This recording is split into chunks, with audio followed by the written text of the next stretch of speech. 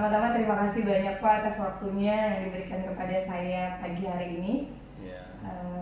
Saya ingin sedikit bertanya-tanya kepada Bapak, mewawancarai Bapak mengenai bagaimana pengambilan keputusan yang dilakukan oleh seorang pemimpin. Pertanyaan saya yang pertama Pak, selama ini bagaimana sih Bapak mengidentifikasi atau mengetahui kasus-kasus yang Bapak hadapi itu masuk dalam dilema etika atau rujukan moral Pak? Oh ya, baik. Terima kasih dari pengalaman yang selama ini saya jalankan sebagai seorang kepala sekolah untuk melihat kasus-kasus misalkan yang ini masuk dilema etika atau yang satunya tadi rujukan moral, ya kita tinggal melihat bahwa dalam kasus tersebut ini kita sandingkan dengan aturan-aturan yang terdapat di dalam aturan umumnya. Apakah ini sesuai aturan ataukah di luar aturan? Kalau sama-sama sesuai dengan aturan, nah berarti itu masuk dilema etika. Berarti ini ada yang benar, ini benar. Nah, ini kita tinggal menentukan mana yang lebih prioritas. Saya kira itu. Baik Pak. Selanjutnya, selama ini bagaimana Bapak menjalankan pengambilan keputusan di sekolah Bapak ini? Terutama kasus-kasus di mana ada dua kepentingan yang sama-sama benar atau sama-sama mengandung nilai kebajikan. Seperti tadi Bapak bilang kan di masalah yang ternyata sama-sama benar, sudah teridentifikasi atau sudah diketahui, lalu bagaimana Bapak menjalankan pengambilan keputusannya Pak? Ya. Untuk kasus yang sifatnya tadi dilema etika yang sama-sama benar, otomatis dalam pengambilan keputusannya kita melihat kepada kepentingan umum, kepentingan yang lebih sifatnya untuk orang banyak itu. Ya, kalau yang kepada individunya barangkali itu masih bisa diinginkan. Jadi keputusan secara umumnya itu seperti apa?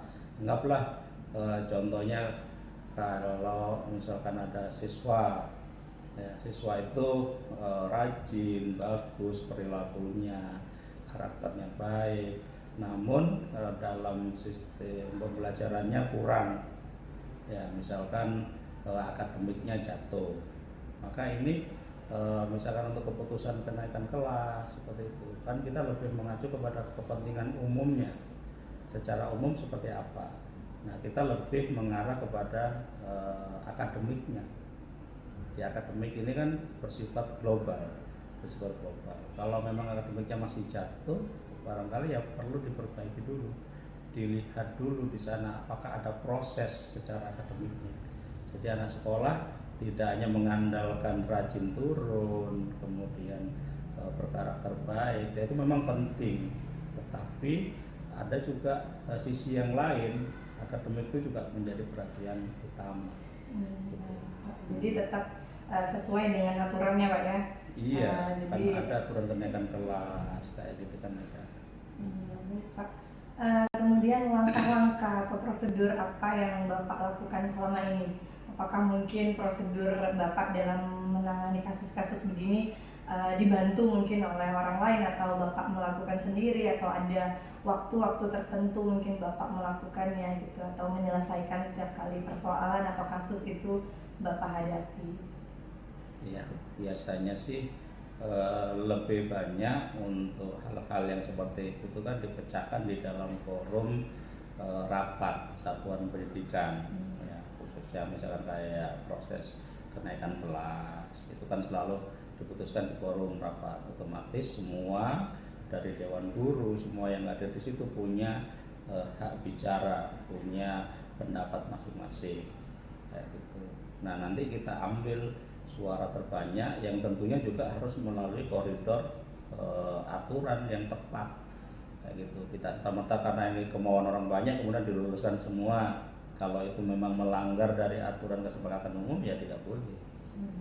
Jadi lebih cenderung sifatnya bermusyawarah. Iya, melakukan musyawarah Pak ya, jadi pengambilan keputusan tidak saklek aturan dan Bapak memutuskan sendiri, tapi memang mengikuti aturan tapi lewat musyawarah bersama. Baik Pak, kemudian apa saja sih yang selama ini menjadi tantangan Bapak dalam mengambil keputusan? Ada kasus-kasus, tentunya kasus-kasus dilema etika tadi Pak. Ya. Tantangan yang kadang sering pada mengganjal itu, kalau ada salah seorang yang ngotot dengan pendapatnya sendiri, ya dia pengennya selalu benar. Nah itu tantangan tersendiri sih. Nah kadang kan ada yang nggak mau disalahkan bahwa saya harus begini maka aturan harus mengikuti saya. Itu sih tantangannya. Dan ini memang perlu disadarkan orang-orang yang semacam ini, tidak boleh kita langsung ngalah terus mengikuti apa kemauannya seperti itu. Ada guru itu misalkan berpendapat bahwa kalau anak itu tidak membunuh guru maka dia tetap wajib naik kelas. Ada yang punya keyakinan seperti itu. Kalau anak itu tidak ngencingi guru, nilainya harus di atas KKM. Loh, seorang guru ada yang seperti itu. Bayangan aturan-aturan seperti itu kan tidak wajar. Jadi harus dirubah dulu mindsetnya orang supaya itu jadi tantangan paling besar. Kemudian berangkat dari tantangan, berarti ada lawannya Pak. Bagaimana, adakah faktor-faktor yang selama ini mempermudah atau mungkin membantu Bapak dalam pengambilan keputusan? Oh iya, tentunya banyak faktor-faktor yang mempermudah. Kita kan dalam satu organisasi ini banyak orang-orangnya, sehingga semua tidak hanya diputuskan oleh kepala sekolah, tapi ada. Kemudian langkah-langkah atau prosedur apa yang Bapak lakukan selama ini? Apakah mungkin prosedur Bapak dalam menangani kasus-kasus begini dibantu mungkin oleh orang lain, atau Bapak melakukan sendiri, atau ada waktu-waktu tertentu mungkin Bapak melakukannya gitu, atau menyelesaikan setiap kali persoalan atau kasus itu Bapak hadapi? Ya, biasanya sih lebih banyak untuk hal-hal yang seperti itu kan dipecahkan di dalam forum rapat satuan pendidikan. Ya, misalkan kayak proses kenaikan kelas itu kan selalu diputuskan di forum rapat, otomatis semua dari dewan guru, semua yang ada di situ punya hak bicara, punya pendapat masing-masing kayak gitu. Nah nanti kita ambil suara terbanyak yang tentunya juga harus melalui koridor aturan yang tepat kayak gitu. Tidak serta-merta karena ini kemauan orang banyak kemudian diluluskan semua. Kalau itu memang melanggar dari aturan kesepakatan umum ya tidak boleh.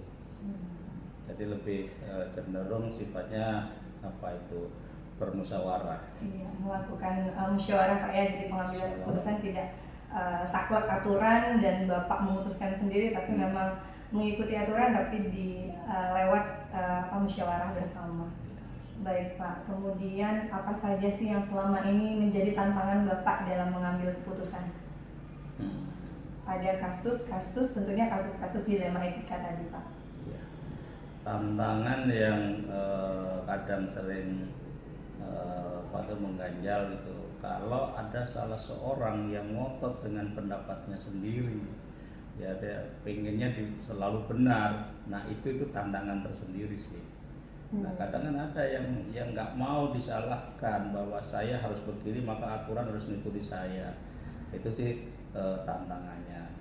Dan ini memang perlu disadarkan orang-orang yang semacam ini, tidak boleh kita langsung ngalah terus mengikuti apa kemauannya seperti itu. Ada guru itu misalkan berpendapat bahwa kalau anak itu tidak membunuh guru maka dia tetap wajib naik kelas. Ada yang punya keyakinan seperti itu. Kalau anak itu tidak ngencingi guru, nilainya harus di atas KKM. Loh, seorang guru ada yang seperti itu. Bayangan aturan-aturan seperti itu kan tidak wajar.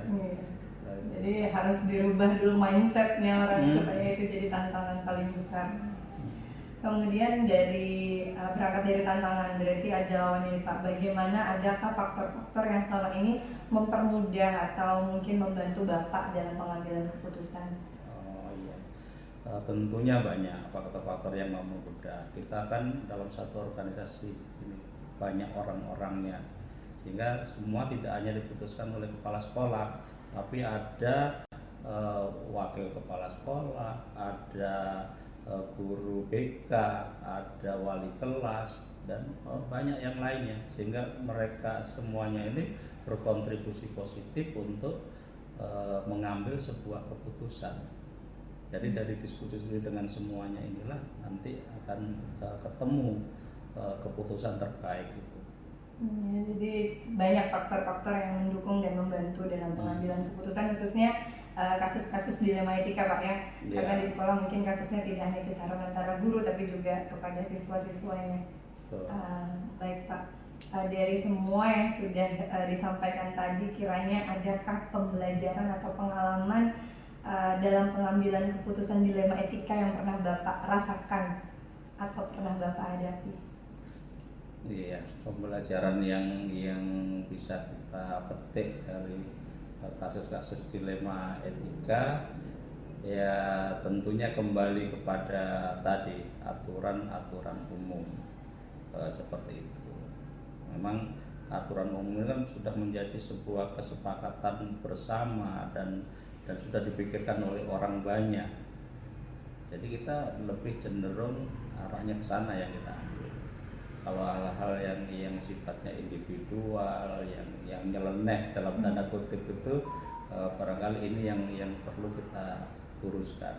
Meskipun sama-sama dianggap benar, tapi kalau itu keputusannya nyeleneh, nggak sesuai dengan kesepakatan umum, ya jangan dilakukan. Saya kira itu sih yang bisa dipetik kalau saya. Iya, Pak. Baik, terima kasih banyak, Pak, atas waktu yang sudah diberikan kepada saya.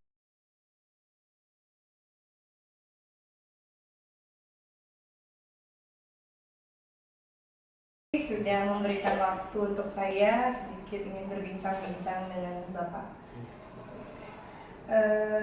Langsung saja ya, Pak. Ya, pertanyaan saya yang pertama, Pak. Jadi sebetulnya ini saya ingin menanyakan ke Bapak tentang beberapa hal terkait dengan pengambilan keputusan selama Bapak menjabat sebagai kepala sekolah. Sebetulnya ini saya ingin menanyakan ke Bapak tentang beberapa hal terkait dengan pengambilan keputusan selama Bapak menjabat sebagai kepala sekolah. Ya, yang pertama, selama ini bagaimana Bapak dapat mengidentifikasi kasus-kasus yang merupakan dilema etika di sekolah Bapak? Ya, memang berbicara tentang kasus-kasus dilema etika ini pasti selalu dialami oleh setiap pemimpin dan itu pasti ada di setiap satuan pendidikan ya. Dan itu juga saya alami selama saya menjadi kepala sekolah, sudah memimpin di 2 instansi, di SMP Negeri 2 Tabang, kemudian di SMP Negeri 6 Tenggarong saat ini. Mungkin berbagi cerita, yang pertama saya lakukan untuk mengidentifikasinya ya saya harus melakukan pengamatan. Iya, saya melakukan dulu pengamatan sebagai seorang pemimpin.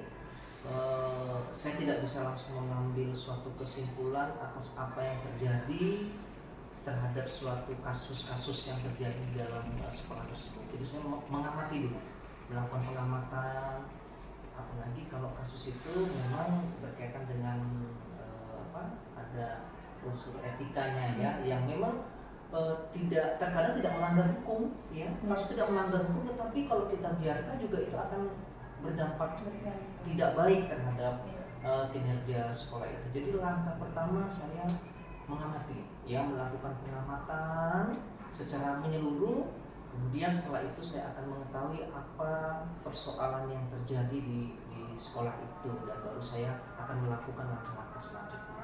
Oke, baik, Pak. Bagaimana Bapak menjalankan pengambilan keputusan? Jadi ketika sudah teridentifikasi nih kasus itu merupakan dilema etika, kemudian bagaimana cara Bapak mengambil keputusan sesuai dengan ketika ada 2 kepentingan yang saling bersinggungan dan benar sama benar? Ketika saya sudah mengidentifikasi apa yang menjadi persoalan dan itu berkaitan tentang kasus etika di mana kedua persoalan itu sama-sama benar ya. Di sini memang diperlukan kebijaksanaan seorang pemimpin. Nah, ini yang terkadang tidak dimiliki oleh setiap pemimpin. ada pemimpin yang hanya mungkin saklek mengandalkan aturan semata dan mengesampingkan unsur-unsur yang lain.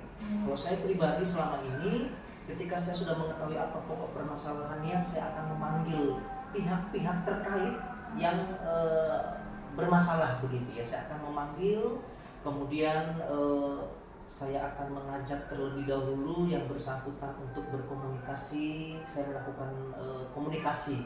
Jadi saya tidak semata-mata setelah saya melakukan pengamatan, saya mengkomunikasikan dengan yang bersangkutan. Mengapa itu terjadi?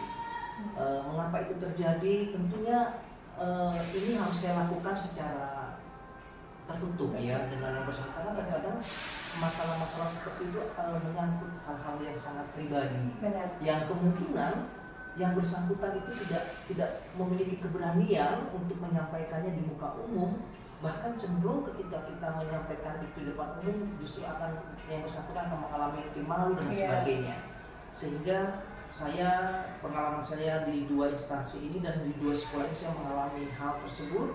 Saya memanggil yang bersangkutan, saya bicara dari hati ke hati, apa yang menjadi persoalannya, kendalanya. Sebagai contoh itu ada di salah satu sekolah yang saya pimpin, saya tidak sebutkan, ada guru yang sering kali tidak masuk ketika jam pelajaran. Padahal siswa sangat senang terhadap bapak ini, guru ini. Ternyata saya amati kenapa demikian. Berikutnya saya panggil yang bersangkutan. Baru saya mendapatkan informasi yang menyeluruh mengapa hal itu terjadi. Ternyata memang beliau harus mengurus orang tuanya yang sudah tua dan sudah sepuh begitu. Sehingga ketika diberikan jam-jam di pagi hari, beliau tidak bisa masuk mengisi jam. Setelah saya berkomunikasi, saya mengumpulkan informasi dari yang bersangkutan, akhirnya saya mengambil keputusan, saya memanggil wakil kurikulum, saya minta tolong kepada wakil kurikulum agar bapak ini jadwalnya diubah di jam-jam terakhir siang dan lain sebagainya supaya semuanya bisa berjalan dengan baik. Artinya orang tua, biar bagaimanapun kita sebagai anak tentu memiliki kewajiban untuk merawat orang tua kita yang sudah sepuh, tapi di sisi lain kita juga sebagai ASN memiliki kewajiban untuk melaksanakan tugas kita mengajar di kelas. Bagaimana kedua-duanya bisa berjalan? Disitulah diperlukan kebijaksanaan seorang pemimpin agar semuanya bisa berjalan dengan baik. Prosedur yang Bapak lakukan untuk menyelesaikan kasus yang Bapak hadapi. Jadi efektif Pak ya dengan cara seperti itu, dengan pemanggilan, artinya tidak harus apapun itu dibuka di halayak ramai, tapi memang benar-benar ada prosedur yang Bapak lakukan. Luar biasa Pak, keren sekali. Kemudian berarti tidak perlu berjadwal Pak ya, Bapak ketika punya kasus atau menghadapi kasus nggak perlu nih dijadwal, oh saya hanya akan bisa menyelesaikan kasus ini ada waktu-waktu tertentu, tidak. Tapi memang situasional, tapi dengan prosedur yang Bapak sampaikan tadi. Bagian terakhir, jadi dari semua pengalaman Bapak, pengambilan keputusan yang Bapak lakukan setiap kasus yang Bapak hadapi di sekolah, ada tidak Pak pembelajaran yang Bapak bisa petik dan share ke saya gitu tentang bagaimana mengambil keputusan dan menghadapi kasus-kasus seperti itu di sekolah? Ya. Jadi pembelajaran saya dapat Mbak Purna, bagi rekan-rekan semuanya juga mungkin yang saat ini sedang berproses di Hulu Penggerak yang nantinya akan menjadi pemimpin pembelajaran di sekolah, bahwa pemimpin itu bukanlah seorang bos. Pemimpin itu adalah seorang pelayan. Pemimpin itu harus bijaksana. Benar memang ada aturan-aturan, ada ketentuan-ketentuan, tetapi ingat seorang pemimpin juga harus memiliki kompetensi bahwa dia memiliki kepribadian, kemudian nilai sosial. Artinya ketika nanti mungkin Mbak Purna menjadi seorang pemimpin, haruslah menjadi pemimpin yang bijaksana. Setiap persoalan, setiap kasus pasti akan datang, pasti. Dimanapun kita berada, pasti akan selalu ada persoalan-persoalan itu. Bijaksana, amati, ambil keputusan dengan bijaksana, bukan dengan emosi, bukan dengan istilahnya mau kasar-kasaran lah ya, kalau mau ayo, kalau tidak sudah, bukan begitu. Jadi kita harus juga menempatkan diri kita bagaimana kalau kita berada di posisi orang yang mungkin sedang bermasalah tersebut. Ketika itu memang bisa kita damaikan, kita upayakan. Tapi jika memang tidak bisa dan itu berdampak negatif terhadap instansi kita, memang kita harus mau tidak mau kita harus mengambil keputusan yang paling ekstrim. Mungkin kita bisa melaporkan ke dinas pendidikan. Pada intinya dari pengalaman yang saya alami ini, dan puji syukur selama ini saya tidak pernah memberikan keputusan yang sangat fatal. Selama ini semuanya teratasi dengan cara mediasi, pembinaan dan sebagainya. Artinya Mbak Nurna, jadilah pemimpin yang mengayomi, pemimpin yang bijaksana, dan selalu ingat, saya punya prinsip seorang pemimpin itu adalah pelayan. Begitu. Luar biasa sekali Pak. Aduh, terima kasih banyak sudah mau menjawab pertanyaan saya, berbagi pengalaman yang luar biasa terhadap saya. Kepada saya, terima kasih sekali Pak. Mungkin itu saja wawancara hari ini.